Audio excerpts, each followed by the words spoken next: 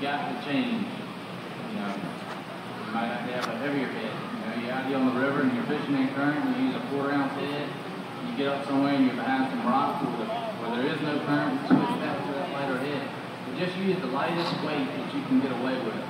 I know all of y'all have probably heard of a Cinco in the last 5 or 6 years. It's been a ton of money going on there. A lot of bass stuff. And all it is a piece of plastic with a hook in it. Why do fish like it? Because it sinks slow. It sinks straight and it sinks slow. So just remember that. But with this technique, when we're fishing around stumps, rocks, you know, under docks, anything I can. Another thing to get, you bought all this equipment, you bought a boat, your wife lets you go fishing, buy some good polarized sunglasses. I know you're saying, well, sunglasses ain't that big of a deal, I can wear any kind I want. But if I go fishing with you tomorrow, and we're doing this technique or anything bass fishing, where I'm fishing shallow cover, and I've got some polarized sunglasses on and you don't, I'm going to beat you. Whether you're a better fisherman than I am or not. It's not because I can see the fish or anything like that, it's because I can see the targets I'm throwing to. You know, it could be going down a bank, it could be one stump down there. And I can see that dark spot in the water. So I'm going to get the first cast on. And most of the time, first cast is going to catch that bass. You know, it could be anything. You could be fishing a dock and somebody threw a lounge chair off of it and that'd be 10 feet away. You see that dark spot, you want to throw over there. And as y'all can see with this technique, you go out tomorrow and you catch 10 bass. 9 of those bass are going to be on there before the worm ever gets to the bottom. So when do you need to be paying attention? You need to be paying attention on that initial fall. A bass is an ambush fish. He's going to hang around a piece of cover. He's not going to swim out 5 and 6 feet to get that worm. You've got to put it where he lives. So pay attention on that initial fall. 9 out of 10, they're already going to be on there when that worm gets to the bottom. A zoom worm is as good as there is on the market, but that worm can't do anything but what this jig head does. Wherever this jig head goes, that worm follows. So if you've been fishing in 5 feet of water or however deep you're fishing, and you've been making cast, you've been watching your line sink, and it takes 2 seconds to sink to the bottom. When you pitch over there, guess what? Your line only sinks a foot. You know, half a second it stops sinking. That worm hadn't stopped on its own. That means the fish has, so we want to set the hook. Or if you pitch over there and your line never stops sinking, guess what? It should have been at the bottom. We need to be setting the hook. When you set the hook, I know a lot of old timers tell you on a worm, you know, let the fish swim with it for 5 seconds. You know, let the fish, you know, count and watch him. You know, let him swim off the worm. You don't want to do that. As you see in that tank, the fish runs up to that worm, water rushes through his gills, and the worm is gone. You can't see it. So you don't need to wait. When you think there's a bass on there, I want you to jerk. You know, leave some slack in your line, put a good pop into him so you can pull that, you know, pull the hook through the worm. If you get on the boat and you look like a bird dog out there, you know what I'm saying? When he gets on there, hey, I think I got one, and you're all stretched out and the line's tight. You're not going to be able to put enough pressure on the fish to catch him anyway. So drop some slack in your line and jerk as hard as you can. Your drag is loose, so you're not going to break them off. Set the hook, because a bass doesn't eat this worm like you eat. You know, you need to take a couple bites and then come back to it. Water rushes through his gills. That thump you feel is that weight hitting him in the back of the throat. So set the hook. Another important thing when you're fishing, targets like I'm telling you, 9 out of 10 bass are going to be on there on the initial fall.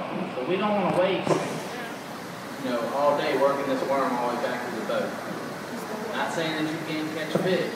You will catch a fish occasionally. But if you work this worm all the way back to the boat, I've made 25 more casts and targets. And I'm going to catch more fish. right there.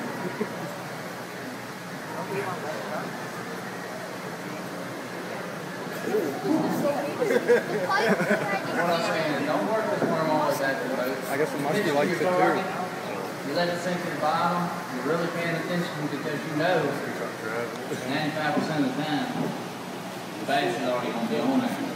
But if he's not, I want you to work this worm 1 or 2 times, reel it in, do another cast back over there. I'm not saying don't make multiple casts to the same part. I do that. If you're going down the bank and there's one stump, it's the first stump you've seen in 200 yards during your trolling motor, guess what? There's going to be a bass by that stump. You know, if you cast to one side of it and don't get a bite, cast to the other side. Cast in front of it, cast behind it. So make multiple casts, but you don't have to work this worm, you know, all the way back to the boat. You'll get bored, and the guy in the front of the back, he's gonna beat you pretty bad. Another thing too, with the spinning rod, y'all see when I pitch the worm out there, it sinks straight to the bottom. With these light weights, you cannot use a bait cast. If you use a bait cast on a lightweight like this, what's going to happen is, when you thumb your spool down to keep from getting that backlash, that worm is going to sink back to the boat. So even if you made a perfect cast, you cast it dead right on top of the stump or just right past it, when you thumb that spool down, that worm is going to actually be about 4 or 5 feet away from where it hit with a bait caster. So if you use a spinning rod with this technique, I'm not saying if you're skipping docks and you've got a half-ounce jig on, yeah, use a bait caster. But if I skip under a dock with a 32-ounce head jig on there, by the time I thumb my spool down, the worm is going to be from under the dock halfway back out to the boat. And most of the time, bass are not going to, you know, swim out there.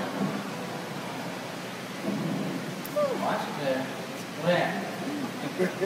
I'm going to show y'all something too that a lot of people don't realize, and I see a lot of people doing when they're fishing a worm. For every inch that your rod tip moves, that worm's going to move about 6 inches. When you just barely move your rod tip, that worm's moving, you know, 6 or 8 inches. I see a lot of people, they'll reel down and they'll go like this. You work that worm. How far that worm move? 20 feet? You don't see too many worms that move that far. Remember that.